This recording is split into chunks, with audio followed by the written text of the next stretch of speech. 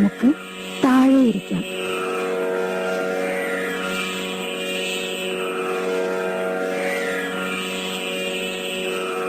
ഇനി നമുക്ക് ഗുരുവന്ദനം ചെയ്യാം.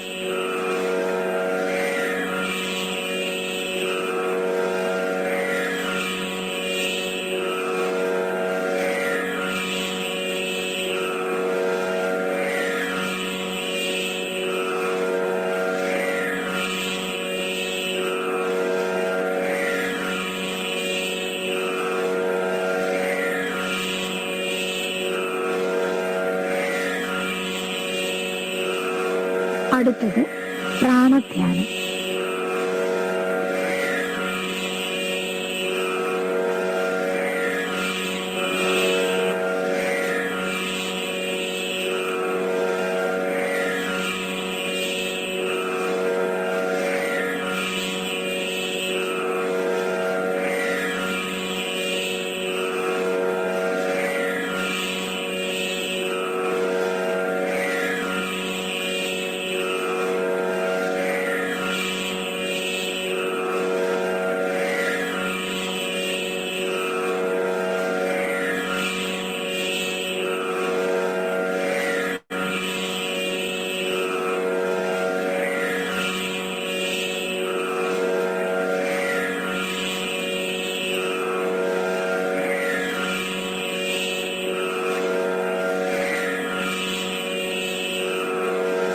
അടുത്തത് നാഡീശുദ്ധി പ്രാണായാമം.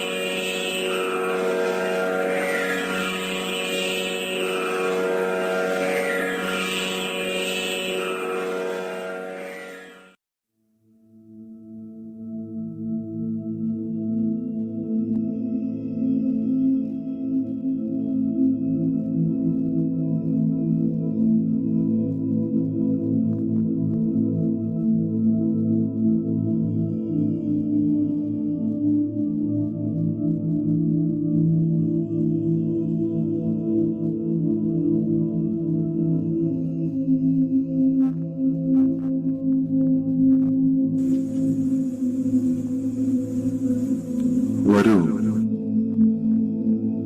നമുക്ക് നമ്മുടെ അകത്തുള്ള ലോകത്തേക്ക്, നമ്മുടെ ആന്തരാകാശത്തിലേക്ക് ഒന്ന് യാത്ര ചെയ്യാം.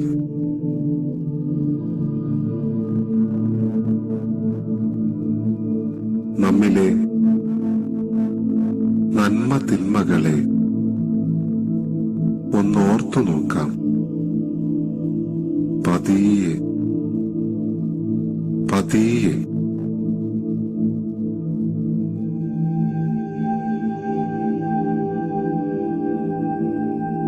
നമ്മുടെ രൂപമൊന്നോർക്കാം.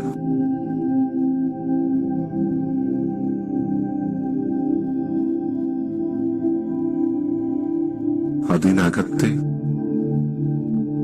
ജീവനെയും ഒന്നോർക്കാം.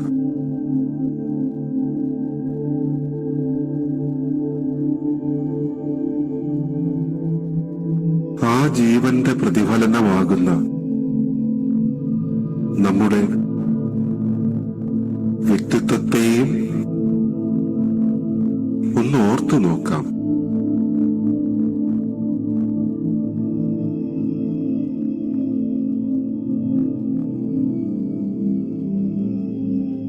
ഇനി പതിയെ നമ്മുടെ അമ്മയച്ഛന്മാരെ, ഗുരുക്കന്മാരെ,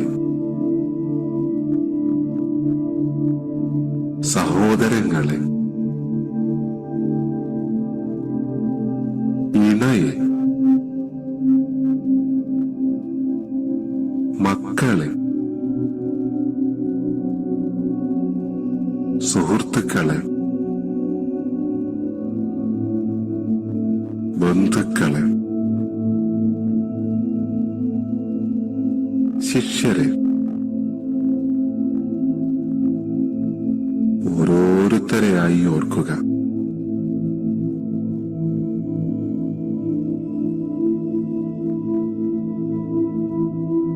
ഇന്നത്തെ ദിനം വരെ നാം അവർക്കായി നൽകിയ സന്തോഷങ്ങളെത്ര,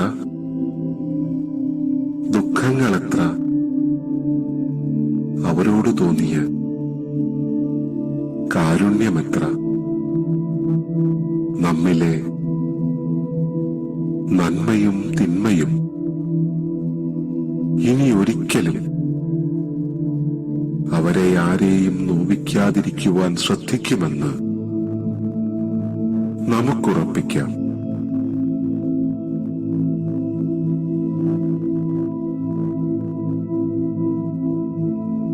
അതുപോലെ അവരോരോരുത്തരുടെയും നന്മകളും തിന്മകളും അവരുടെ തന്നെ ഭാഗമാണെന്ന് കണ്ടറിയാനും അവയ്ക്കതീതമായി അവരെ സ്നേഹിക്കാനും കഴിയണമെന്ന് നമുക്കാശിക്കാം.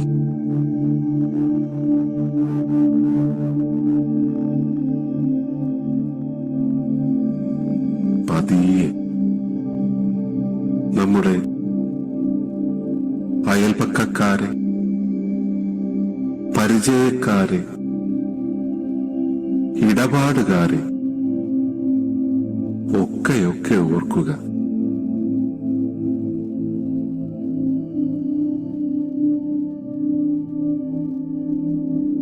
അവരുടെ നന്മകളെ സന്തോഷത്തോടുകൂടിയും തിന്മകളെ ശാന്തതയോടുകൂടിയും മാത്രമേ ഉൾക്കൊള്ളൂ എന്ന് മനസ്സിലുറപ്പിക്കാം.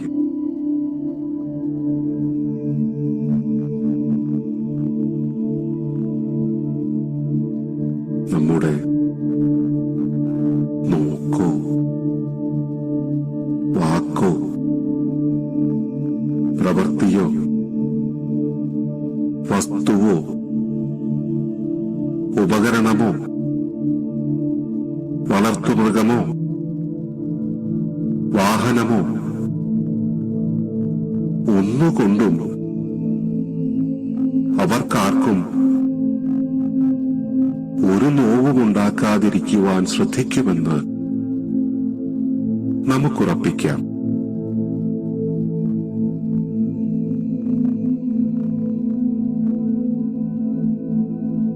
അരികിലും വിദൂരതയിലുമുള്ള സർവ മനുഷ്യ ജന്തുജാലങ്ങളും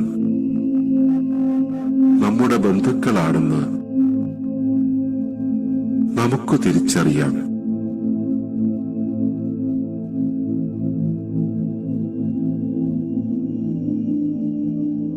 അവരിൽ നിന്ന് വാങ്ങിയും അവർക്കുള്ളത് കൊടുത്തും അന്യോന്യ ജീവിതം നയിച്ചും മാത്രമേ നമുക്കും തലമുറകൾക്കും കഴിയാനാകൂ എന്നതും നമുക്ക് തിരിച്ചറിയാം.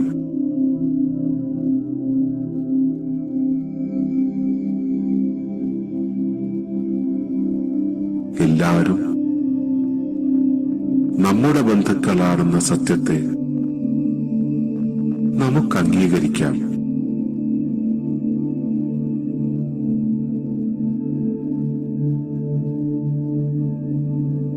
ഇനി നമുക്ക് തിരികെ വരാം. ബോധത്തോടെ, സ്നേഹത്തോടെ, ബന്ധുത്വത്തോടെ, ധൈര്യത്തോടെ നമ്മുടെ സാധാരണ ചിന്തകളിലേക്ക്, തുടർന്നുള്ള ജീവിതത്തിലേക്ക് പതിയെ പതിയെ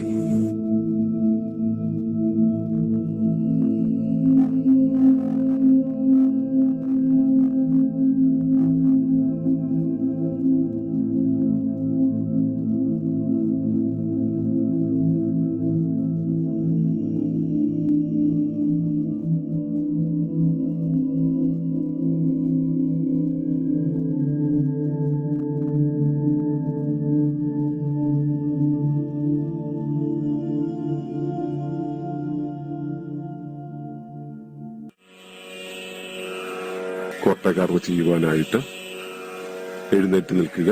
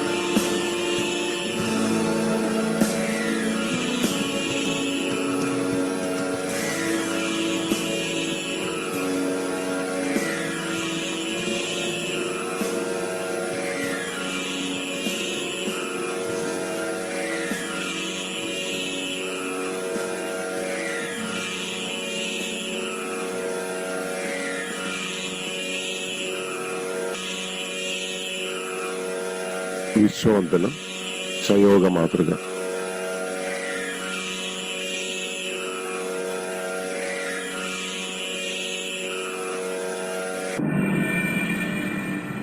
ഗുരുവന്ദനം.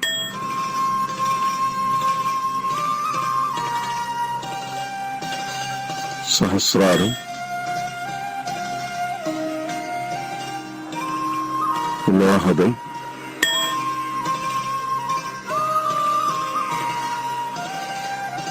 സ്വാദിഷ്ഠാനം.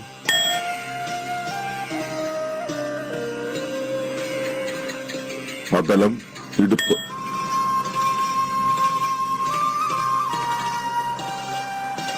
സുതലം, കാൽമുട്ട്.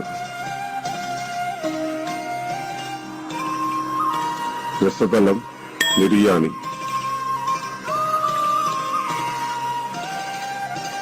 പാതാളം, ഭൂമി.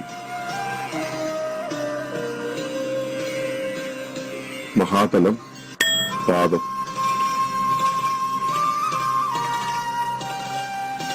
തലാതലം, കാൽവണ്ണ. വിതലം, തുട.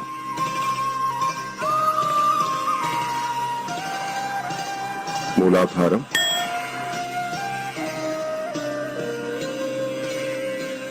മണിപൂരകം.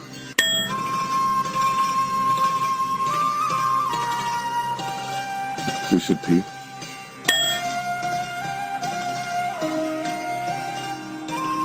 സഹസ്രാരം.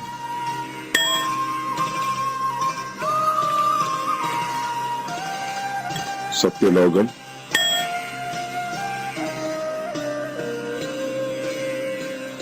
കർണം മുമ്പിലേക്ക് നോക്കിട്ട് മൂലാധാരം.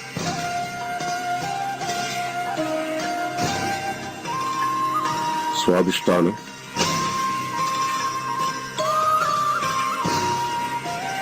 മണിപൂരകം.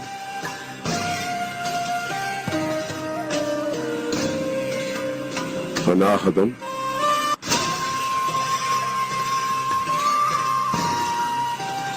വിശുദ്ധി.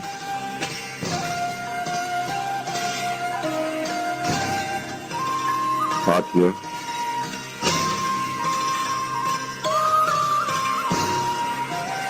സഹസ്രാരം. വലത്തോട്ട് തിരിയുക. കർണം.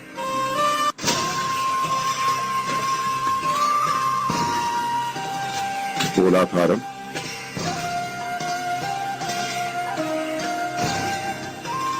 സ്വാദിഷ്ഠാനം.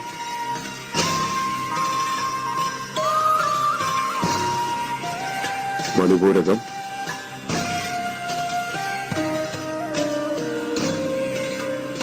അനാഹതം.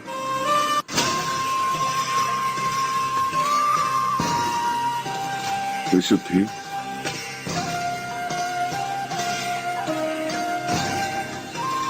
ആജ്ഞ.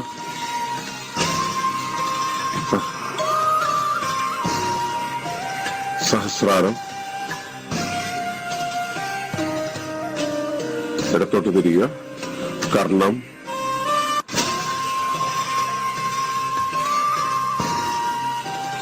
മൂലാധാരം.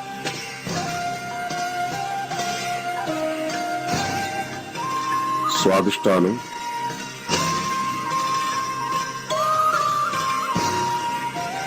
മണിപൂരകം.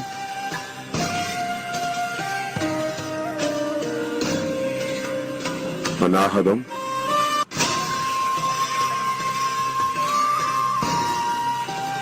വിശുദ്ധി.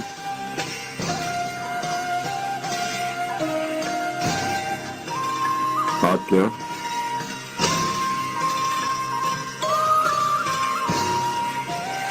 സഹസ്രാരം. മുമ്പോട്ട് തിരിയുക. കർണം.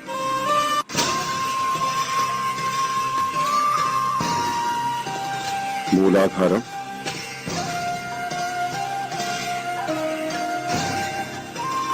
സ്വാദിഷ്ഠാനം.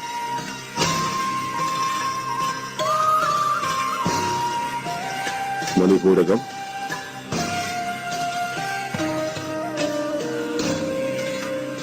അനാഹതം,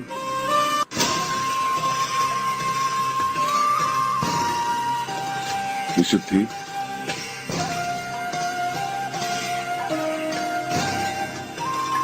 ആജ്ഞ,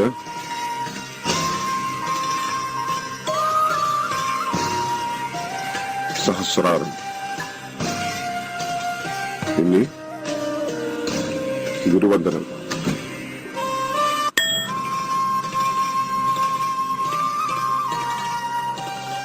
ആത്മവന്ദനം,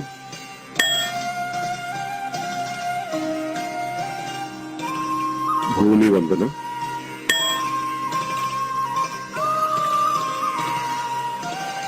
ആകാശവന്ദനം,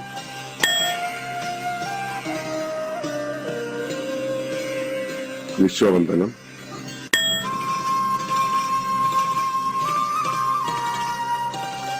സത്യലോകവന്ദനം,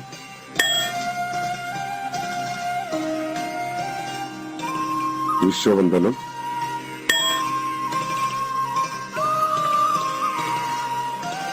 ഗുരുവന്ദനം.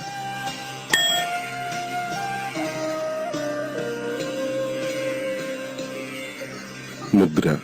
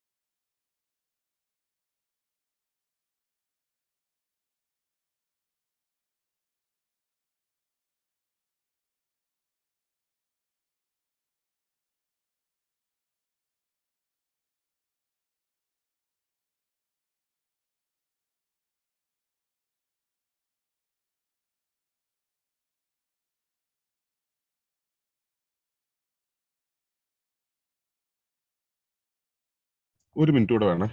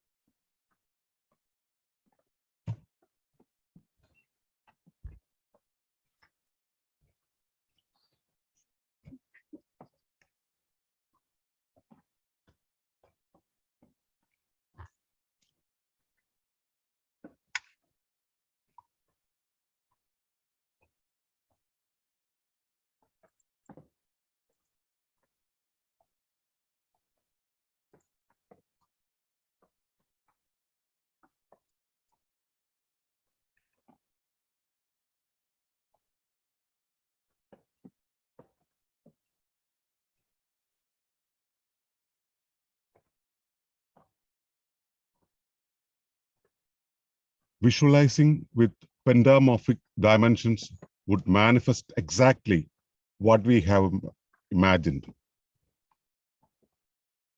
സാക്ഷാത്കരിക്കേണ്ടുന്ന ഒന്നിന്റെ ഭൗതികമായ ബീജാങ്കുരണത്തിനുള്ള ബോധപരമായ പൂർവരതിയാണ് വിഭാവനം. ഇച്ഛയിൽ ആവശ്യമായും, ചിന്തയിൽ ആശയമായും, വികാരത്തിൽ ബീജമായും, ഭാവനയിൽ ചിത്രമായും, വിഭാവനത്തിൽ അനുഭൂതിയായും നവസത്ത ഗർഭമാകുന്നു. ഇவ்விധം നാമോ പ്രകൃതിയോ സമ്പൂർണ്ണ വിഭാവനം ചെയ്യുന്ന ഇച്ഛയെ പ്രപഞ്ചം ഭൗതികമായി സാക്ഷാത്കരിക്കുന്നു.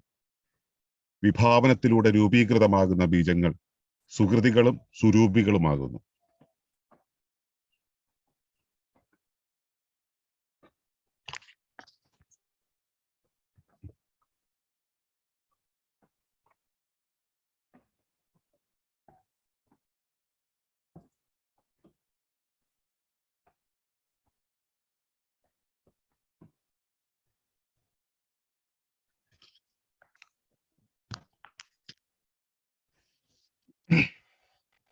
ഏവർക്കും നമസ്കാരം. ശുഭകരമാകട്ടെ ഈ ദിനം, സന്തോഷകരമാകട്ടെ, അനുഭവങ്ങളും അനുഭൂതികളും നമ്മെ ഏവരെയും നയിക്കുമാറാകട്ടെ. വിഭാവനം നമ്മൾ ഒരുപാട് കേട്ടിട്ടുള്ള പദമാണ്. വിഭാവനം എന്ന് വെച്ചാൽ ഗർഭം ധരിക്കൽ എന്നാണ് അർത്ഥം. നമ്മൾ ഒന്നിനെ ആശയപരമായി ഗർഭം ധരിക്കുന്നതാണ് വിഭാവനം. അപ്പൊ ആശയമായിട്ടുള്ള ഒരു ഗർഭധാരണത്തിൽ നിന്നാണ് ഭൗതികമായ രൂപീകരണം ഉണ്ടാകുന്നത്. നമ്മളൊരു കാര്യത്തെ ഇച്ഛിച്ചിട്ട് അത് സംഭവിക്കണമെന്ന് നാം കരുതുന്നുണ്ടെങ്കിൽ അതിനെക്കുറിച്ചുള്ളൊരു ഭാവന നമുക്കുണ്ടാകണം. ഭാവന ചെയ്യാതെ ഉണ്ടാകുന്നതിന് സ്വരൂപമോ സുകൃതികളോ ഉണ്ടാവില്ല. എന്നുവെച്ചാൽ നല്ല രൂപവും ഉണ്ടാവില്ല, അതിൻ്റെ രൂപീകരണമോ അതിൻ്റെ പിന്നീടുള്ള പ്രക്രിയയോ അതിൻ്റെ ധർമ്മമോ ഒന്നും നല്ല രൂപത്തിലാകണമെന്നുമില്ല. പലപ്പോഴും നമ്മുടെ സംസ്കാരത്തിൽ നമ്മുടെ കുഞ്ഞുങ്ങളെ രൂപീകരിക്കുന്നത് യാദർശികമായിട്ട് ഭാവനയൊന്നുമില്ലാതെ യാദർശികമായിട്ട് രൂപീകരിക്കുമ്പോൾ ഉണ്ടാവുന്നതാണ്. നമ്മൾ വിചാരിക്കുന്ന വഴിയായിരിക്കില്ല ഈ കുഞ്ഞുങ്ങളൊന്നും പോവുക. കാരണം അതിൻ്റെ പുറകിൽ ഒരു വിഭാവനമില്ല. ജിബ്രാൻ പറഞ്ഞതുപോലെ അമ്മയുടെ പ്രത്യാശയിലാണ് വംശത്തിന്റെ ബീജം എന്നത് ഇവിടെ പ്രസക്തമാണ്. അപ്പോ നമുക്ക് സാക്ഷാത്കരിക്കേണ്ടുന്നതായ ഒന്ന് നമുക്കുണ്ടെങ്കിൽ, ജീവിതത്തിൽ എന്തെങ്കിലും സാക്ഷാത്കരിക്കേണ്ടതായിട്ടുണ്ടെങ്കിൽ ആ സാക്ഷാത്കരിക്കേണ്ടുന്ന ഒന്നിന്റെ ഭൗതികമായ ബീജാങ്കുരണത്തിന് ബോധപരമായ ഒരു പൂർവ്വരതി ആവശ്യമാണ്. ഇപ്പോ സെക്ഷുവാലിറ്റിയിലേക്ക് നമ്മൾ കയറുകയാണെങ്കിൽ സെക്ഷുവാലിറ്റിക്ക് മുമ്പായിട്ടുള്ള ഒരു ഫോർ പ്ലേ ഉണ്ടെങ്കിൽ മാത്രമാണ് ആ രതി അതിന്റെ സമ്പൂർണതയിൽ എത്തുക, അതിന്റെ ഒരുപക്ഷെ സാധ്യമാവുക പോലും ചെയ്യുക. സാധ്യമല്ലാതെയുള്ള പൂർവ്വരതി ഇല്ലാത്ത ഒരു രതി ഒരുപക്ഷെ സാധ്യമാവുക പോലുമില്ല എന്നുള്ളതാണ്.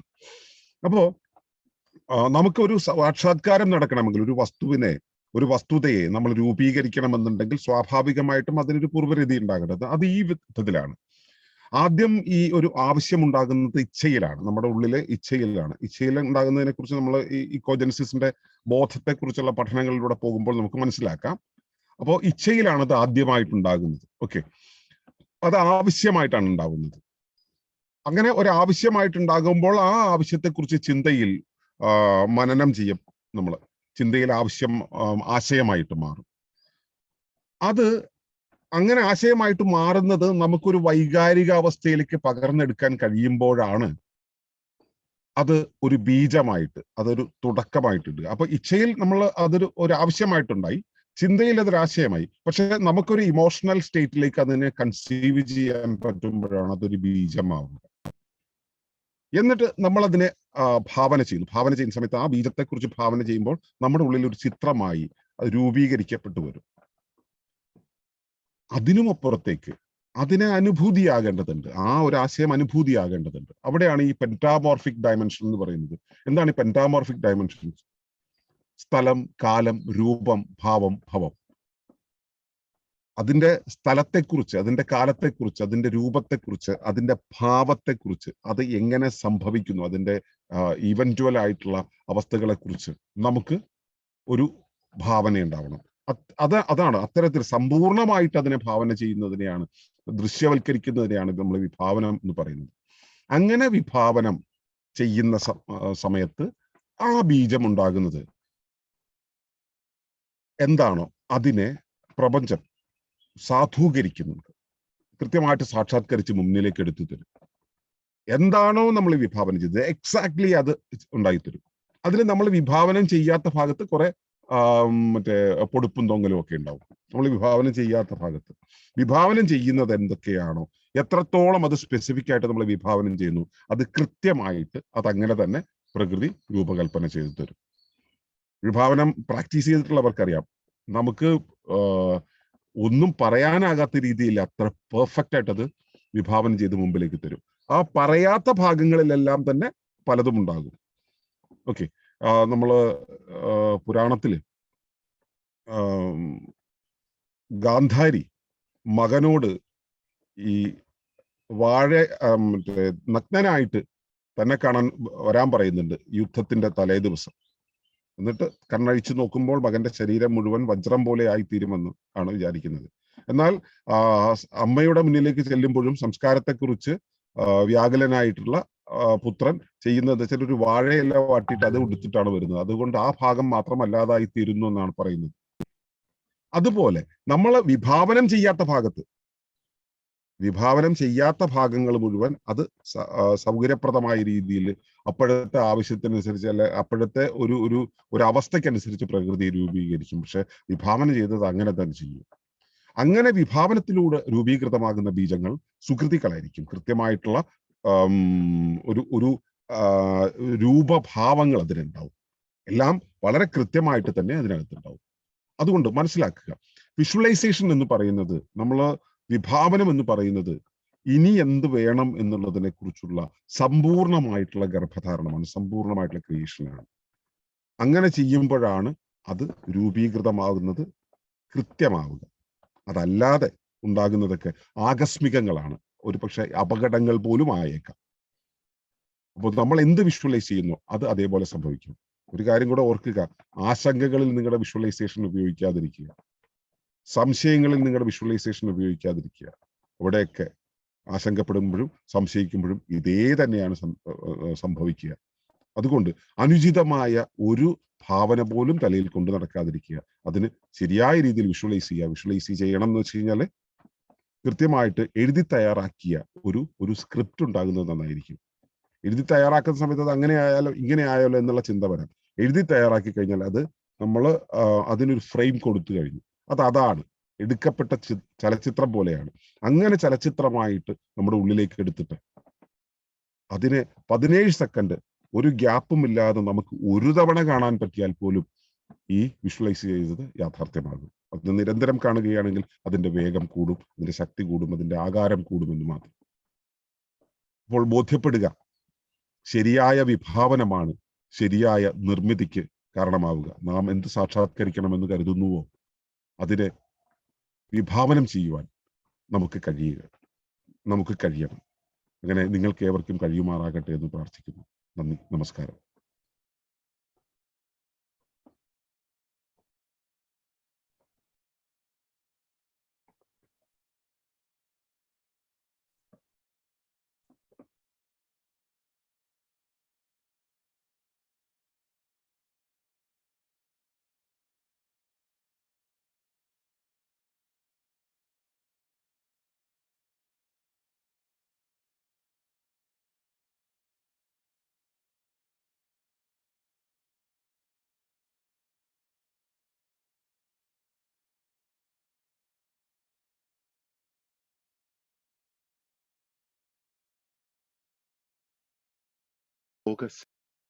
സാന്ധിധ്യാനം ആരംഭിക്കുന്നതിന് ഒരു ശാന്തമായ ധ്യാനസ്ഥാനത്ത് സുഖകരമായി ഇരിക്കാം.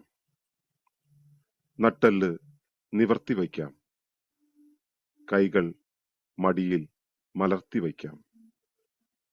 കണ്ണുകൾ അടയ്ക്കാം. ഈ കേൾക്കുന്നത് നിങ്ങളുടെ നാദമാണ്. ഞാനെന്ന് പറയുന്നത് നിങ്ങളുടെ മനസ്സിനെ തന്നെയാണ്. മനസ്സിനെ ശാന്തമാക്കുക.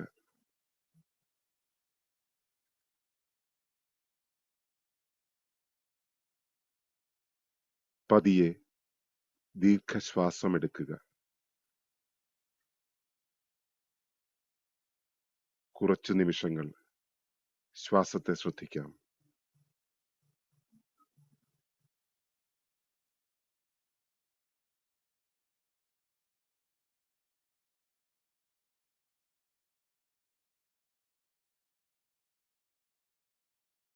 എന്റെ ഹൃദയത്തിനുള്ളിൽ പ്രപഞ്ചബോധത്തിന്റെ മനോഹരമായ ഒരു വെളുത്ത പ്രകാശ ചൈതന്യം കാണുന്നു.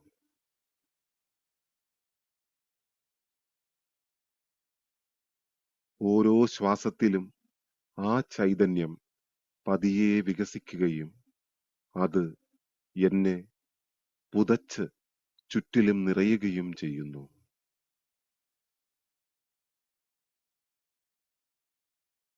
എന്നിൽ നിറഞ്ഞു വരുന്ന ആ ദിവ്യ ചൈതന്യത്തിൽ നിന്നും സ്നേഹവും ഊഷ്മളതയും സുഖപ്പെടുത്തലും ഞാൻ അനുഭവിക്കുന്നു.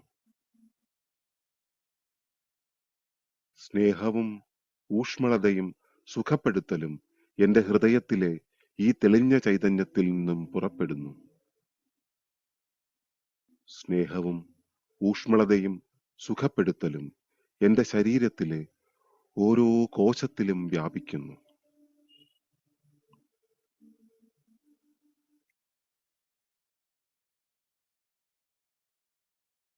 ഇത് എന്റെ ഹൃദയത്തെ തന്നെ ഊഷ്മളമാക്കുകയും എന്റെ ഉണ്മയെ തന്നെ സുഖപ്പെടുത്തുകയും ചെയ്യട്ടെ.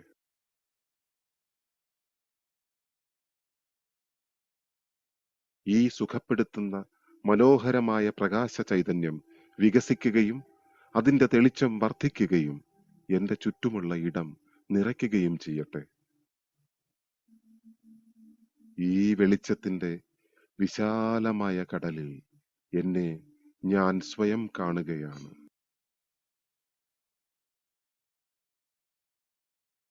എന്നിൽ തിളങ്ങി നിൽക്കുന്ന എല്ലാം സുഖപ്പെടുത്തി ശരിയായി തിരികെ കൊണ്ടുവരുന്ന ഈ ഊഷ്മളത എന്നിലൂടെയും എന്റെ ചുറ്റുമുള്ളവരിലൂടെയും അതിന്റെ സുഖപ്പെടുത്തൽ പരത്തുന്നത് ഞാൻ അറിയുന്നു.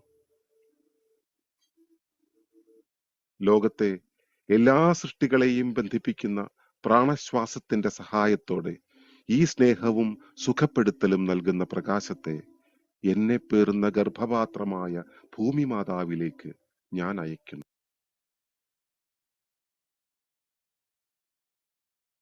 അതുവഴി ഭൂമിയിലെ കോശങ്ങളായ എല്ലാ ജീവജാലങ്ങളെയും ശമിപ്പിക്കുവാനും സുഖപ്പെടുത്തുവാനും ഉയർത്തുവാനും കഴിയട്ടെ. എന്നിൽ നിന്നും ഉണരുന്ന എന്റെ പ്രകാശ ചൈതന്യം ലോകമെങ്ങും വികസിക്കുകയും നക്ഷത്രങ്ങളിലേക്ക് പോലും പ്രകാശം ചൊരിയുകയും ചെയ്യട്ടെ.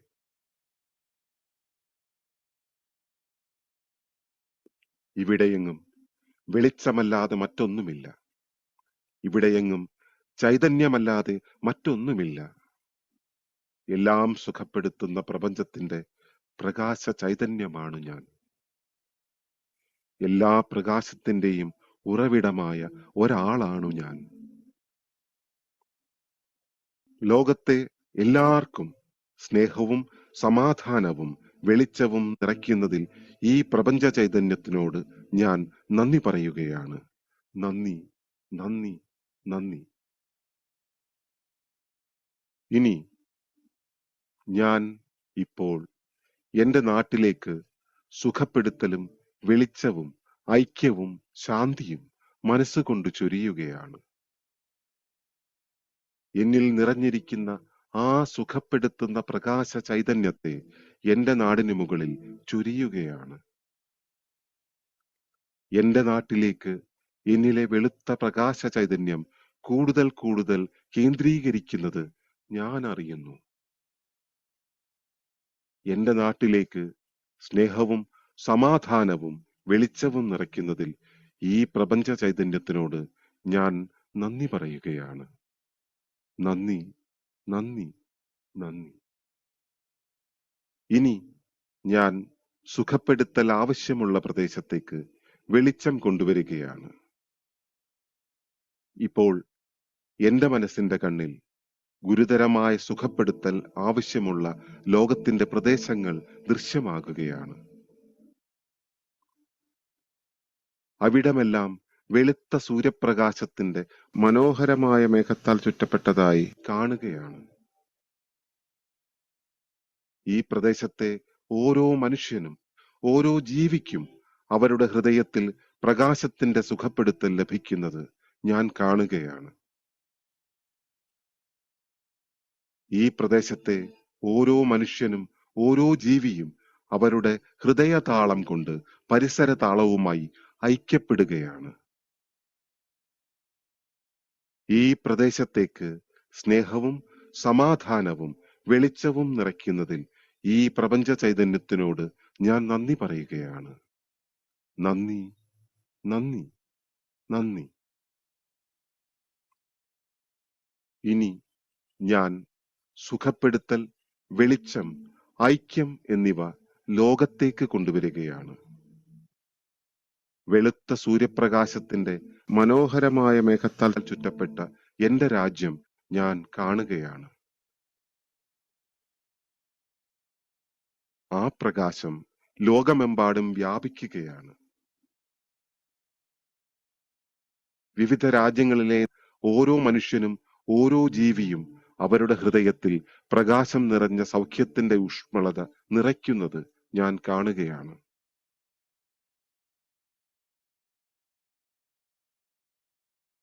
ഐക്യത്തിന്റെ ലോകത്തിനായി ഈ സുഖപ്പെടുത്തുന്ന പ്രകാശ ചൈതന്യം അവരുടെ ബോധത്തെ ഉയർത്തുകയാണ്. ലോകത്തിലേക്ക് സ്നേഹവും സമാധാനവും വെളിച്ചവും നിറയ്ക്കുന്നതിൽ ഈ പ്രപഞ്ച ചൈതന്യത്തിനോട് ഞാൻ നന്ദി പറയുകയാണ്. നന്ദി, നന്ദി, നന്ദി.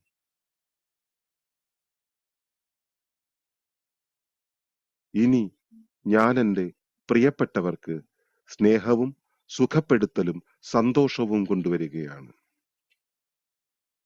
ഇപ്പോൾ എന്റെ സുഖപ്പെടുത്തലിന്റെ ശ്രദ്ധ എന്റെ പ്രിയപ്പെട്ടവരിലാണ്. എന്റെ മനസ്സിന്റെ പ്രകാശവും ശ്രദ്ധയും എന്റെ പ്രിയപ്പെട്ടവരിലേക്ക് കൊണ്ടുവരികയാണ്. അവർ ഓരോരുത്തർക്കും ചുറ്റുമുള്ള വെളുത്ത പ്രകാശത്തിന്റെ സാന്ദ്രത ദൃശ്യവൽക്കരിക്കുകയാണ്. അവർ സന്തോഷമായും ആരോഗ്യമായും സമൃദ്ധമായും സുരക്ഷിതമായും ഏറ്റവും മികച്ചതായും ഞാൻ കാണുകയാണ്. എന്റെ പ്രിയപ്പെട്ടവരിലേക്ക് സ്നേഹവും സമാധാനവും വെളിച്ചവും നിറയ്ക്കുന്നതിൽ ഈ പ്രപഞ്ച ചൈതന്യത്തിനോട് ഞാൻ നന്ദി പറയുകയാണ്. നന്ദി, നന്ദി, നന്ദി. ഞാൻ പ്രാണശ്വാസമെടുക്കുകയാണ്. ഒരു നിമിഷം ശ്വാസം ഉള്ളിൽ വെച്ച് ആദരവോടെ ഞാൻ സൗഖ്യദാനം പൂർണ്ണമാക്കി. അതിന് പ്രപഞ്ച ചൈതന്യത്തിനു നന്ദി, നന്ദി, നന്ദി എന്നു മന്ത്രിക്കുമ്പോൾ ശ്വാസം വിടുകയാണ്. ഞാൻ സൗഖ്യദാനം പൂർണ്ണമാക്കി. അതിന് പ്രപഞ്ച ചൈതന്യത്തിന് നന്ദി, നന്ദി, നന്ദി. ഞാൻ കൈകൾ വശത്തുവച്ച് കുനിഞ്ഞ് നെറ്റി ഭൂമിയിൽ മുട്ടിച്ച് എന്റെ ഭൂമി മാതാവിനോട് പറയുകയാണ്. നന്ദി, നന്ദി, നന്ദി. എന്റെ കൈകൾ കൂട്ടിത്തിരുമ്മിക്കൊണ്ട് ഞാൻ പറയുകയാണ്. നന്ദി, നന്ദി, നന്ദി. ഞാൻ കണ്ണു തുറന്ന് ചുറ്റിലുമുള്ള എല്ലാരെയും നോക്കി കൈകൂപ്പി നമസ്കരിച്ചുകൊണ്ട് പറയുകയാണ്. നന്ദി, നന്ദി, നന്ദി.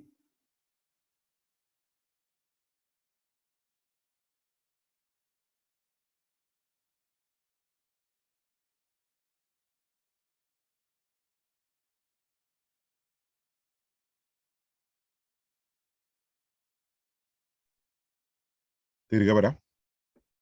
ഇന്നത്തെ നിരൂപണങ്ങളിലേക്ക് കിടക്കാം. കൃഷ്ണകുമാരേട്ടാ. നമസ്കാരം. ഇന്നത്തെ സുഭാഷിതത്തിൽ വിഭാവനം എന്ന വിഷയമായിരുന്നു വിശദീകരിച്ചത്. പോസിറ്റീവായിട്ടുള്ള ക്രിയേറ്റീവ് ഇമാജിനേഷൻ അത് പ്രകൃതി നമ്മളിലേക്ക് എത്തിച്ചു തരും എന്നുള്ള ഒരു വളരെ നല്ലൊരു പാഠമാണ് ഇന്ന് മനസ്സിലാക്കാൻ കഴിയുന്നത്. പ്രത്യേകിച്ചും അക്രമവും കുറ്റവാസനകളും മറ്റും പെരുകുന്ന ഈ കാലത്ത് ചെറിയ തലമുറയിൽ തന്നെ ഇങ്ങനത്തെ ഒരു വിശ്വാസം അടിവേരിട്ട് ഉറപ്പിക്കുന്നത് സമൂഹത്തിൽ തന്നെ വളരെ നല്ലൊരു കാര്യമായിട്ട് തോന്നുന്നു. നമസ്കാരം. ശ്രീ ബിജുകുമാർ.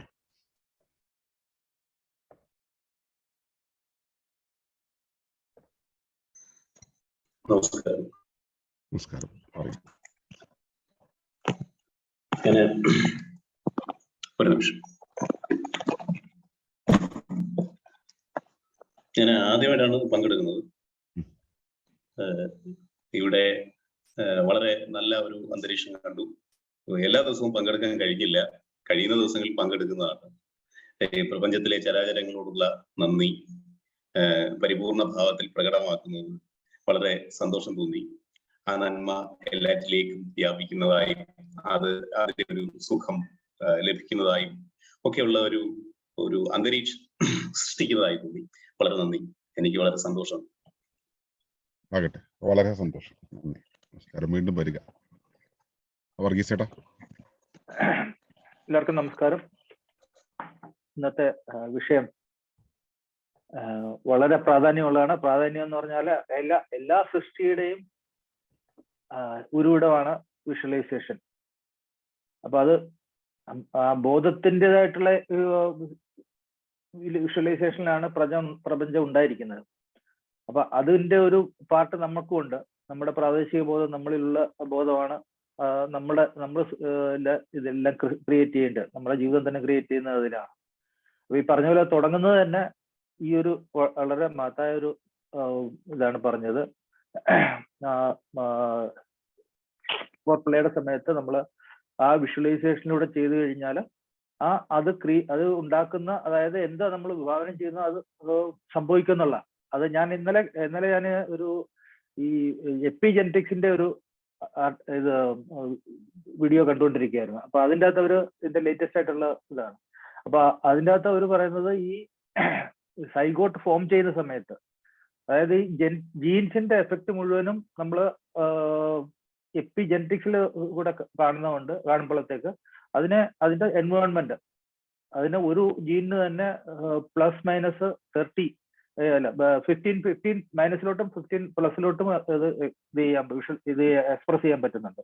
അപ്പൊ പ്ലസിലോട്ടുള്ളതാണ് നമ്മൾ പോസിറ്റീവ് ആയിട്ടുള്ളതെല്ലാം, അല്ലാത്തത് നെഗറ്റീവിലോട്ടാണ്. അപ്പൊ ഒരേ ക്യാരക്ടറിന്റെ നെഗറ്റീവ് സൈഡും പോസിറ്റീവ് സൈഡും ഡിസൈഡ് ചെയ്യുന്നത് അതിന്റെ എൻവയോൺമെന്റ് ആണ്. അതിലോട്ട് നമ്മുടെ സെല്ലിലോട്ട് നമ്മൾ കഴിക്കുന്ന ആഹാരത്തിലുള്ള നല്ല പോഷകാംശം, അല്ലെ നല്ല ആഹാരവും, അല്ല നല്ല വെള്ളവും, നല്ല ഈ വായു, അതിൽ കൂടെ അതാണ് അതിനെ അഫക്ട് ചെയ്യുന്നത്. അപ്പൊ അതുകൊണ്ട് തന്നെ നമുക്ക് പറയാം, അത് നമ്മുടെ ജീന്റെ കൊണ്ടല്ല, നമ്മുടെ അന്തരീക്ഷം മലിനീകരിക്കുന്നതുകൊണ്ട്, എൻവയോൺമെന്റൽ ഫാക്ടർ കൊണ്ടാണ് ഇത് കൂടുതലും സൂക്ഷിച്ചു പോകുന്നതെന്നുള്ള.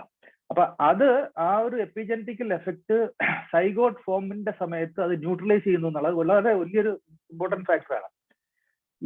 ഈ രണ്ട് സെല്ല് തമ്മിൽ സ്പേമോ ഓവം കൂടെ ചേരുന്ന സമയത്ത് ആ നിമിഷത്തില് ഇത് ക്യാൻസൽ ആയി പോകുന്നു. എപ്പിജെനറ്റിക്കൽ എഫക്ട് ക്യാൻസൽ ആയി പോകുന്നു. അന്നേരം മുതൽ, ആ നിമിഷം മുതലുള്ള ഫർദർ എൻവയോൺമെന്റ് ആണ് പിന്നെ പിക്കപ്പ് ചെയ്യുന്നത്. അപ്പൊ 0, അതായത് ബ്ലാങ്ക് ആയിട്ട് അടുത്ത ഇത് പിക്കപ്പ് ചെയ്യാൻ തുടങ്ങുകയാണ്. അന്നേരം മുതലുള്ള എഫക്റ്റ് ആണ്. അപ്പൊ ആ സമയത്ത് നമ്മുടെ ഈ എപ്പിജെനറ്റിക്സിന്റെ ഒരു ഭാഗം എന്ന് പറഞ്ഞാൽ അത് സട്ടിൽ എനർജിയാണ്. അത് നമുക്ക് കാണാൻ പറ്റാത്ത എനർജി ഉണ്ട്. അതായത് നമ്മളെ ഇച്ഛകള്, മറ്റേ വിഷ്വലൈസേഷൻ, അങ്ങനെയുള്ള അതായത് പ്രാർത്ഥനകള്, ഇതെല്ലാം അതിനെ ബാധിക്കുന്നതാണ്. സെക്കൻഡ് പാർട്ടാണ് ഫിസിക്കലായിട്ടുള്ള നമ്മുടെ ഭക്ഷണവും വായുവും വെള്ളവും ഒക്കെ ഉള്ളത്. അപ്പൊ ഇപ്പൊ ആ സമയത്ത് ഈ പറയുന്ന സംഗതി വളരെ പെർഫെക്റ്റ് ആയിട്ട് അവിടെ വർക്ക് ചെയ്യുന്നത്. നമ്മൾ ആ വിഷ്വലൈസേഷനിലൂടെ ആ ഒരു പ്രോസസ്സ് നടന്നു കഴിഞ്ഞാൽ അത് ഈ പറഞ്ഞ പോലെ നമ്മൾ വിചാരിക്കുന്ന രീതിയിലുള്ള സ്വഭാവങ്ങളും ഒരു ഇതിലോട്ട് വരാനുള്ള ചാൻസ് ഉണ്ട്. കാരണം ഇത് രണ്ടും കൂടെ ഇപ്പൊ മാച്ച് ചെയ്യുന്നു നന്നായിട്ട്. അപ്പൊ അത് ഇപ്പൊ ഈ ഒരു കാര്യം മാത്രമല്ല, അത് ആ സമയത്തെ മാത്രമല്ല, പിന്നെ ആ ജീവിതം മുഴുവനും ക്രിയേറ്റ് ചെയ്യുന്നത് മൊത്തം വിഷ്വലൈസേഷനിലാണ്. അല്ലാതെ ക്രിയേറ്റ് ചെയ്യുമ്പോഴാണ് റാൻഡമായിട്ട് എവിടെയെങ്കിലും പോകുന്നത്. ലക്ക് ഉണ്ടെങ്കിൽ ജയിച്ചു, ഇല്ലെന്നുണ്ടെങ്കിൽ അതോ ഗതിയായിട്ട് മാറും, അങ്ങനെയൊക്കെ ഉള്ളത്. അപ്പൊ ആ വിഷ്വലൈസേഷൻ എന്ന് പറയുന്നതാണ് ഈ ജീവിതം മുഴുവനും ക്രിയേറ്റീവായിട്ട് കൊണ്ടുപോകുന്നത്. ആ വിഷ്വലൈസേഷന്റെ എഫക്റ്റ് ആണ്. അപ്പൊ അതൊരു ഏറ്റവും പ്രധാനമായിട്ടുള്ളതും ഏറ്റവും ഇതായിട്ട് ആൾക്കാർ മനസ്സിലാകാനും പിള്ളേരെ സ്കൂളിൽ പഠിപ്പിക്കണമുള്ളതാണ്. അത് നമ്മൾ കംപ്ലീറ്റ് ആയിട്ട് ഇഗ്നോർ ചെയ്തിട്ടിരിക്കുന്ന ഒരു പാർട്ടാണ് ഈ വിഷ്വലൈസേഷന്. എങ്ങനെ വിഷ്വലൈസ് ചെയ്യണം, എന്ത് വിഷ്വലൈസ് ചെയ്യണം എന്നുള്ളത്. അതിനെ നമ്മൾ പ്രകൃതിയുമായിട്ട് ഹാർമോണിയസ് ആയിട്ട് കൊണ്ടുപോകാൻ കൂടെ പഠിപ്പിച്ചു കഴിഞ്ഞാൽ പിന്നെ അത് വളരെ വളരെ മഹത്തായ, വളരെ പവർഫുൾ ആയിട്ടുള്ള ഒരു ടൂളായിട്ട് മാറും എന്നാണ് എനിക്ക് പറയാനുള്ളത്. Thank you.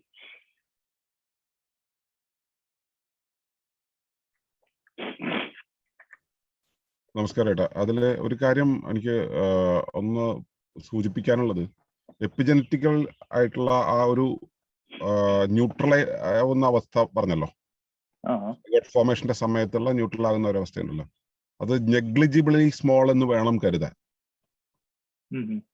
അല്ലാതെ ബ്രൂസ് ലിപ്റ്റൺ അല്ലെങ്കിൽ അതുപോലുള്ള ആളുകൾ പറയുന്നത് അവര് നിൽക്കുന്ന ഒരു സ്റ്റാൻഡ് ഉണ്ട്, അത് നമുക്ക് അംഗീകരിക്കാം, അതിനെ അംഗീകരിക്കാം. പക്ഷേ ബോധത്തിന്റെ ഒരു തലത്തിൽ നിന്ന് നോക്കുന്ന സമയത്ത് പൂർവ്വകൃതങ്ങളുടെ പൂർവ്വ പശ്ചാത്തലത്തിന്റെ ആലേഖനം അതിനകത്ത് കണ്ടിരിക്കും. അവിടെ നമ്മൾ പൂർണ്ണമായിട്ടും നമ്മുടെ വിഷ്വലൈസേഷനും മറ്റുള്ള കാര്യങ്ങളും ഇതിനകത്ത് അഡ്ജോയിൻ ചെയ്യുന്നുണ്ടെങ്കിൽ അതിനനുസരിച്ച് ഈ സാധനത്തിന് ഒരു വഴിയിലേക്ക് പോകുമെന്നത് ശരി. പക്ഷെ ആക്സിഡന്റൽ മേക്കിംഗ് എന്നുള്ളൊരു അവസ്ഥയിലാണ് വരുന്നതെങ്കിൽ ഉറപ്പാണ് അവിടെ ഈ ഇതിനു മുമ്പുള്ളവയുടെ സ്വാധീനം ഉണ്ടായിരിക്കും, ആ എൻവയോൺമെന്റിന്റെ സ്വാധീനം ഉണ്ടായിരിക്കും, അങ്ങനെയുള്ള കാര്യങ്ങളുടെ എല്ലാം സ്വാധീനം ഉണ്ടായിരിക്കും. അത് ഇപ്പൊ ഒരുപക്ഷെ ഇവർക്ക് ജനറ്റിക്കലി അത് ഐഡന്റിഫൈ ചെയ്യാൻ പറ്റിയിട്ടുണ്ടാവില്ലായിരിക്കും, പക്ഷെ ഉറപ്പായിട്ടും അതിനകത്ത് ഉണ്ടാകും എന്നുള്ളതാണ് എന്റെ ഒരു. അല്ല അത് കറക്റ്റ് ആണ്. കാരണം ഇവര് നാസയുടെ ഇത് ഹ്യൂമൻ ജീനോം സ്റ്റഡിക്കകത്ത് വന്നേക്കുന്നത് 3% ഓഫ് ജീൻസ് മാത്രമേ അവർക്ക് അനലൈസ് ചെയ്യാൻ പറ്റുള്ളൂ. അതുകൊണ്ട് അവിടെ കൊണ്ടുവന്ന ജീനോം സ്റ്റഡി നിന്ന് അങ്ങനെയാണ്. 97% ഓഫ് ഹ്യൂമൻ ജീൻസിനെ അനലൈസ് ചെയ്യാൻ പറ്റിയിട്ടില്ല. അത് മുഴുവൻ ഈ ഇതാണ്, പാസ്റ്റ് സ്റ്റോറിയാണ്. അത് ജീനിൽ തന്നെ ആലോചന ചെയ്ത് കിടപ്പുണ്ട്. അത് വേണ്ടിയപ്പോ അതിങ്ങനെ ഉപയോഗിച്ചുകൊണ്ടിരിക്കുകയാണ്. അത് ബോഡിയായി മാറിക്കഴിഞ്ഞു, അത് ബോഡിയായിട്ട് മാറിക്കഴിഞ്ഞതാണ്. പ്രോഗ്രാമിംഗ് നടക്കില്ല. അതെ അതെ അതെ, പിന്നെ ആ ബോധത്തിന്റെ കൂടെ എഫക്ട് അതിൽ കാണും. അതെ അതെ അതെ. Okay thank you. ഓക്കെ മോളോ.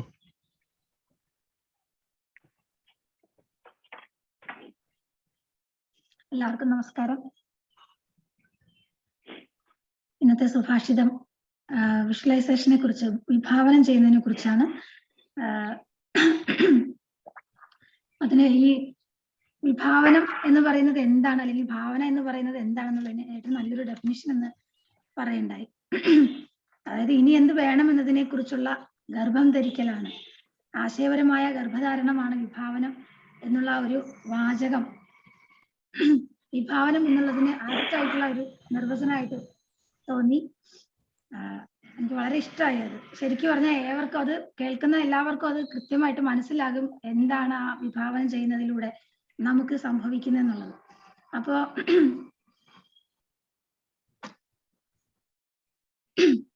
എനിക്ക് ഒരുപാട് കാലം കൺഫ്യൂഷൻ ആയിട്ടിരുന്ന ഒരു കാര്യമാണ്, നമ്മള് വിഭാവനം ചെയ്യേണ്ടതുണ്ടോ, അതായത് നമുക്ക് തന്നെ പ്രകൃതി നമ്മൾ എന്താകണമെന്നുള്ള ഒരു ആ വിഭാവനം നമ്മുടെ ഉള്ളിൽ പ്രകൃതി ലീനമാക്കി വെച്ചിട്ടുണ്ട് എന്നുള്ളതാണ് DP കോളേജ് പറയുന്നത്. അതായത് നമ്മൾ എന്താകണം എന്നുള്ളത് ആദ്യമേ പ്രകൃതി വിഭാവനം ചെയ്യുന്നത് കൊണ്ടാണ് നമ്മൾ ഉരുവാകുന്നത്. അപ്പൊ അങ്ങനെയുള്ള നമ്മൾ ജനിച്ച ശേഷം ഒരു വിഭാവനം ആവശ്യമുണ്ടോ എന്നുള്ളത് ഒരുപാട് കാലം എനിക്ക് ഒരു ചിന്തയായിട്ടുണ്ടായിരുന്നു. പിന്നീട് ഒളിമ്പസിൽ വന്ന് അത് ജീവിത പാഠങ്ങളിലൂടെ കടന്നുപോയപ്പോൾ പ്രകൃതിയുടെ വിഭാവനത്തിന്റെ ഭാഗമായിട്ട് തന്നെയാണ് നമ്മളിൽ വിഭാവനം ഉണ്ടാകുന്നത്. കാരണം മനസ്സെന്ന് പറയുന്നത് നമ്മൾ എന്താകണം എന്നുള്ളതിനെ കുറിച്ചുള്ള ഒരു ആസൂത്രണ സംവിധാനമാണ്. അപ്പൊ ആ മനസ്സിന്റെ തീരുമാനം, നമ്മൾ എന്താകണം എന്നതിനെ കുറിച്ചുള്ള മനസ്സിന്റെ തീരുമാനമാണ് വിഭാവനമായിട്ട് വരുന്നത്. അത് നമ്മുടെ കണ്ടീഷനിങ്ങിന്റെ ഭാഗമായിട്ട് നാം ധരിച്ചു വച്ചിട്ടുള്ളത് എന്തോ ജീവിതത്തെ കുറിച്ച്, അതാണ് ഭാവിയിൽ എന്താ സംഭവിക്കണമെന്നതിനെ തീരുമാനിക്കുന്നത്. അപ്പോൾ വിഭാവനത്തിന് അവിടെ വലിയ ഒരു റോൾ ഉണ്ടെന്നുള്ളത് എനിക്ക് കൃത്യമായിട്ട് ബോധ്യപ്പെടാൻ സാധിച്ചു. എന്തായാലും വിഭാവനം ഇല്ലാതെ സംഭവിക്കുന്നത് സ്വരൂപമോ സുഹൃതമോ ഇല്ലാത്തതായിരിക്കും എന്ന് പറഞ്ഞതിൽ എനിക്ക് ഒന്നുകൂടെ ക്ലാരിറ്റി വരേണ്ടതുണ്ട്. കാരണം എല്ലാം നമ്മുടെ വിഭാവനത്തിലാണോ കിടക്കുന്നത്? നമ്മളെ വിഭാവനം ഇപ്പൊ നമ്മൾ പറയാറില്ല, നമ്മൾ എന്താ ആഗ്രഹിച്ചാലും ആഗ്രഹിച്ചില്ലെങ്കിലും നമുക്ക് നടക്കേണ്ടത് നടക്കും എന്ന തരത്തിലും നമ്മൾ പറയാറുണ്ടെന്നല്ല, അങ്ങനെയും ജീവിതത്തിൽ സംഭവിക്കാറുണ്ട്. അത് ആ കാലത്തിന്റെ, അയാളുടെ ഇച്ഛ സംഭവിക്കുന്ന കാലത്തിന്റെ ഒരു കാലം വരാത്തതിന്റെ ഒരു കാരണമാണോ അതോ അങ്ങനെ ഒരു കാര്യമുണ്ട്. അതായത് അയാള് വിഭാവനം ചെയ്താലും ഇല്ലെങ്കിലും അയാള് ഈ രീതിയിലായിരിക്കും എന്നുള്ളതിനെ കുറിച്ച് പ്രകൃതിയുടെ ഒരു ശക്തമായിട്ടുള്ള വിഭാവനം പ്രവർത്തിക്കുമോ, അതോ ഇയാളെ വിഭാവനം ചെയ്യാത്തതിന്റെ കാരണം കൊണ്ടാണോ അങ്ങനെ സംഭവിക്കുന്നത് എന്നുള്ളതിന് ഒരു ക്ലാരിറ്റി വരേണ്ടതുണ്ട്. മറ്റ് രീതിയിൽ എല്ലാം ചിന്തയിലെ ആശയമായി അത് വൈകാരികമായ ഒരു പിന്തുണയോടുകൂടി അതൊരു ബീജമായി വളർന്ന് അതൊരു ചിത്രമായി വളർന്ന് പിന്നീട് അത് പ്രകൃതി ഏറ്റെടുത്ത് അത് സാക്ഷാത്കരിക്കപ്പെടുന്നു എന്നുള്ളതാണ് ഇന്നത്തെ സുഭാഷിതത്തിന് ചുരുക്കമായിട്ട് മനസ്സിലായത്. എന്തായാലും വളരെ നല്ലൊരു വിശദീകരണമായിരുന്നു. വിഷ്വലൈസേഷൻ എന്നുള്ള വിഷയത്തിൽ മാത്രമായിട്ട് ഈ ഒരു ചെറിയ വിശദീകരണം കേൾക്കുന്നവർക്ക് വളരെ എഫക്റ്റീവായിട്ട് ഫലിക്കുമെന്ന് തോന്നുന്നു. വളരെ സന്തോഷമുണ്ട്. നന്ദി, നമസ്കാരം. ഈ വിഭാവനം ഇല്ലെന്നുണ്ടെങ്കിൽ ഉപബോധ ചിത്രത്തിൽ നിന്നുള്ള എഫക്ട് അതായിരിക്കുമല്ലോ പിന്നെ ബാധിക്കുന്നത്. അന്നേരം എന്തോ മനസ്സിലുണ്ടായിരുന്നു, ഉപബോധത്തിൽ എന്തോ ഉണ്ടായിരുന്നു, അതിനെ അത് എഫക്ട് ചെയ്യുമായിരിക്കും. വിഭാവനം ഉണ്ടെങ്കിൽ പോലും അത് സ്വേച്ഛയും പരേച്ഛയും പറയുന്ന പോലെയാണ്. ഏതാണോ ശക്തിയാകുന്നത് അതങ്ങ് വർക്ക് ചെയ്യും. പാരഡൈം എന്നുള്ളത് സബ് മൈൻഡിലുള്ള സംഭവം പാരഡൈമാണ്. ഈ പാരഡൈം ആണ് എഫക്റ്റീവായിട്ട് ലീഡ് ചെയ്ത് കൊണ്ടുപോകുക. അതുകൊണ്ടാണ് വിഭാവനം ചെയ്തിട്ടും പലപ്പോഴും നടക്കാതെ വരുന്നത്. വിഭാവനം എന്നുള്ള രീതിയിൽ അതിന്റെ പൂർണ്ണ അർത്ഥത്തിൽ വിഭാവന ചെയ്യണമെങ്കിൽ അതിലേക്ക് പോകും. പക്ഷെ പലപ്പോഴും വിഭാവനത്തിന് പകരം നമ്മൾ ചിന്തയിലൂടെയാണ്. ഇതിന്റെ ഒരു ഘട്ടമാണ് ചിന്ത എന്ന് പറയുന്നത്. പിന്നെ മാളു ചോദിച്ച ചോദ്യത്തിലെ ഒരു പ്രധാന കാര്യം, ഇപ്പൊ നമ്മളിപ്പോ നെല്ലിന്റെ കൃഷി എടുക്കുക. ഇതിന് ഓരോ കാലത്തും നമ്മൾ ഓരോന്ന് ചെയ്യാനുണ്ട്. ഓരോ കാലത്തും അത് വിഷ്വലൈസ് ചെയ്ത് തന്നെ ഓരോന്ന് ചെയ്യാനുണ്ട്. അതില് വളമിടേണ്ടത് കതിരിന്റെ സമയത്തല്ല. കീടത്തിനെ ഒതുക്കേണ്ടത് മറ്റേ മണ്ണിൽ നിൽക്കുമ്പോഴല്ല. ഇത് ഓരോന്നും ഓരോ കാലത്ത് ചെയ്യാനുണ്ട്. അതായത് പിതൃക്കൾ ചെയ്യേണ്ടുന്ന ഭാവനം അവർ ചെയ്യേണ്ടതുണ്ട്. സത്ത ചെയ്യേണ്ടുന്ന ഭാവന സത്ത ചെയ്യേണ്ടതുണ്ട്. പരിസരം ചെയ്യേണ്ടുന്ന ഭാവന പരിസരം ചെയ്യേണ്ടതുണ്ട്.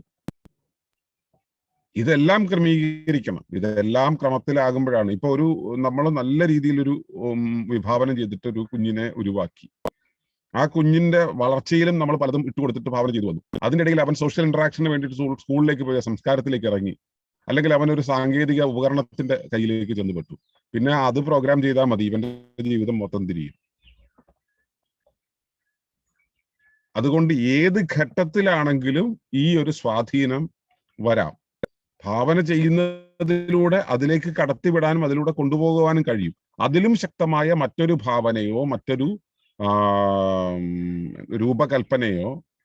രൂപകൽപ്പനാ സങ്കേതമോ അവന്റെ അകത്തേക്ക് കയറുകയാണെങ്കിൽ അതിനനുസരിച്ച് വഴി തിരിയാൻ സാധ്യതയുണ്ട്.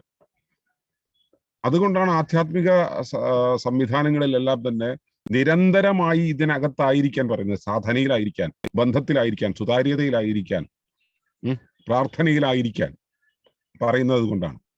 അതുകൊണ്ടാണ് നമ്മുടെ സംവിധാനത്തിലുള്ളവർ സദാഗതിയിലായിരിക്കുന്നത്, നിരന്തര പ്രാണബന്ധത്തിലായിരിക്കുന്നത്. എങ്കിലേ അത് സാധ്യമാവുകയുള്ളൂ എന്നുള്ളതാണ്.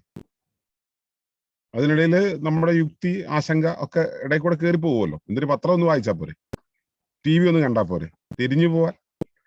ഭാവനയെ നമുക്കറിയാം, നമ്മളെ ഭാവനയിലൂടെയാണ് പോകേണ്ടത്, ഭാവനയാണ് നമ്മളെ രൂപകൽപ്പന ചെയ്യുന്നതെന്ന്. പക്ഷേ അങ്ങനെ ചെയ്യുമ്പോഴും ഈ സമയം ഒന്ന് കണ്ടുപോയി കയറി ഇറങ്ങി പോകുന്ന അത്രയും സമയം മതി.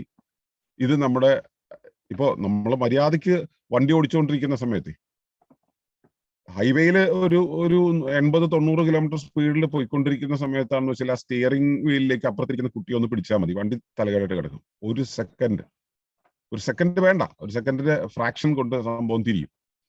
അത് മതി. മിസ്ലീഡ് ചെയ്യപ്പെടാൻ ഒരു ചെറിയ സാധ്യത മതി. അതുകൊണ്ടാണ് നിരന്തരമായി അതിനകത്തായിരിക്കണം എന്ന് പറയുന്നത്. ക്ലിയർ ആണോ? അതെ കേട്ടോ, നന്നായിട്ട് ക്ലിയർ ആയി. അത് വിഭാവനമാണ്, അത് മറ്റുള്ളവരുടേതോ നമ്മുടേതോ എന്നുള്ളതാണ് കാര്യം. മറ്റുള്ളവരെക്കാൾ ശക്തമാണെങ്കിൽ അത് നടക്കും, അതല്ല എങ്കിൽ ചുറ്റുപാടിന്റെ വിഭാവനത്തിനനുസരിച്ച് നമ്മുടെ ജീവിതം പോകുന്നു എന്നുള്ളതാണ്.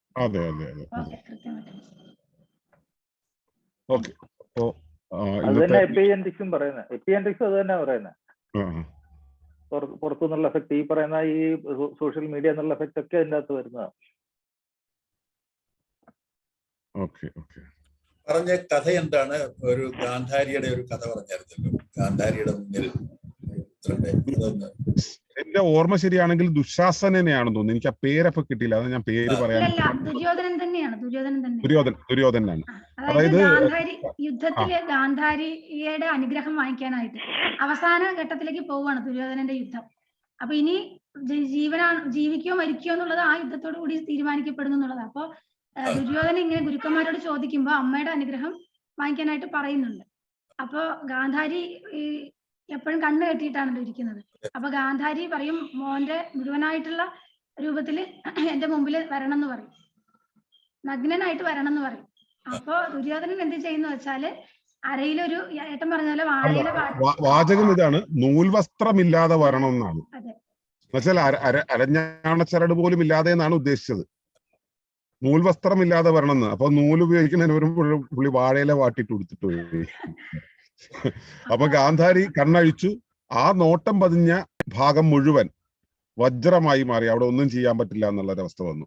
തുടയുടെ ഭാഗം ഇത് കെട്ടിയത് കൊണ്ട് സാധാരണ ശരീരം തന്നെയായി. അതുകൊണ്ടാണ് ഭീമൻ ഗദ കൊണ്ട് തുടക്കടിച്ചു കൊല്ലുന്നത്.